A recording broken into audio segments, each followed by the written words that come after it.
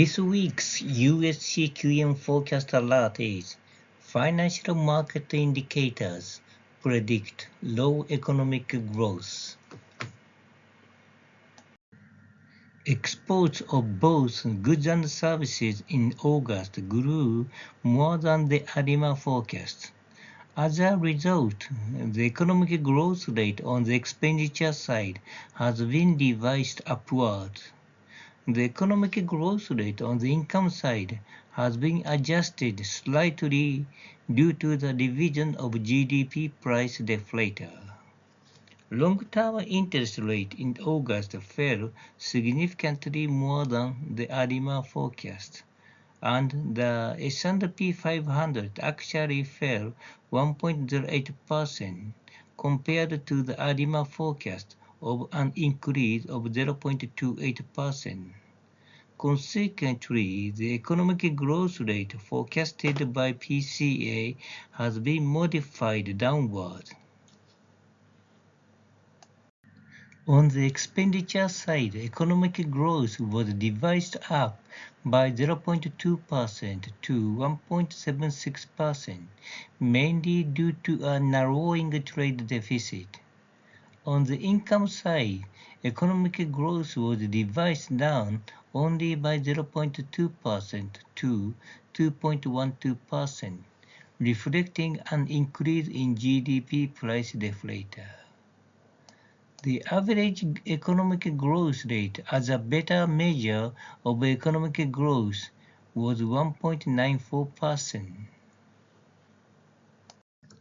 PCA has revised its economic growth forecast downward from 1.09% to 0.85% due to the update of the S&P 500 and interest rate spread in August.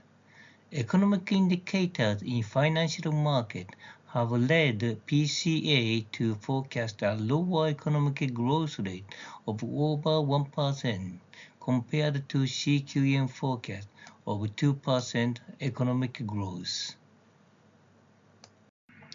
ADIMA predicted that the S&P 500 would grow by 0.28% in August, but it actually fell to minus 1.08%.